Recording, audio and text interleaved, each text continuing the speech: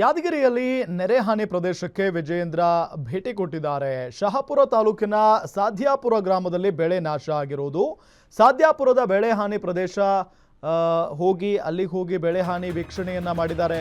ಮಳೆಯಿಂದ ಹಾನಿಯಾದ ಹತ್ತಿ ಬೆಳೆ ವೀಕ್ಷಣೆ ಅಂದ್ರೆ ನಿರಂತರವಾಗಿ ಮಳೆ ಸುರಿದು ಹತ್ತಿ ಬೆಳೆ ಸಂಪೂರ್ಣವಾಗಿ ನಾಶ ಆಗಿ ಹೋಗಿದೆ.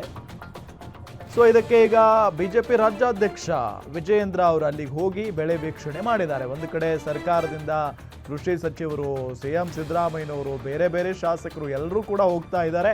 ಮತ್ತೊಂದು ಕಡೆ ವಿಪಕ್ಷ ಕೂಡ ಹೋಗ್ಬೇಕಲ್ಲ ಸರ್, ಯಾರು ಬಂದು ನಮ್ಮ ಕಷ್ಟ ಕೇಳಿಲ್ಲ ಅಂತ ಹೇಳಿ ವಿಜಯೇಂದ್ರ ಅವ್ರ ಮುಂದೆ ರೈತರು ಗೋಳನ್ನ ತೋಡ್ಕೊಂಡಿದ್ದಾರೆ.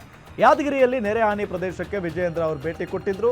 ಶಹಾಪುರ ತಾಲೂಕಿನ ಸಾಧ್ಯಪುರ ಗ್ರಾಮದಲ್ಲಿ ಬೆಳೆ ನಾಶ ಆಗಿ ಹೋಗಿದೆ. ಸಾಧ್ಯಪುರ ಬೆಳೆ ಹಾನಿ ಪ್ರದೇಶಕ್ಕೆ ಹೋಗಿ ಅಲ್ಲಿ ಭೇಟಿ ಕೊಟ್ಟಿರೋದು, ವೀಕ್ಷಣೆ ಮಾಡಿರೋದು.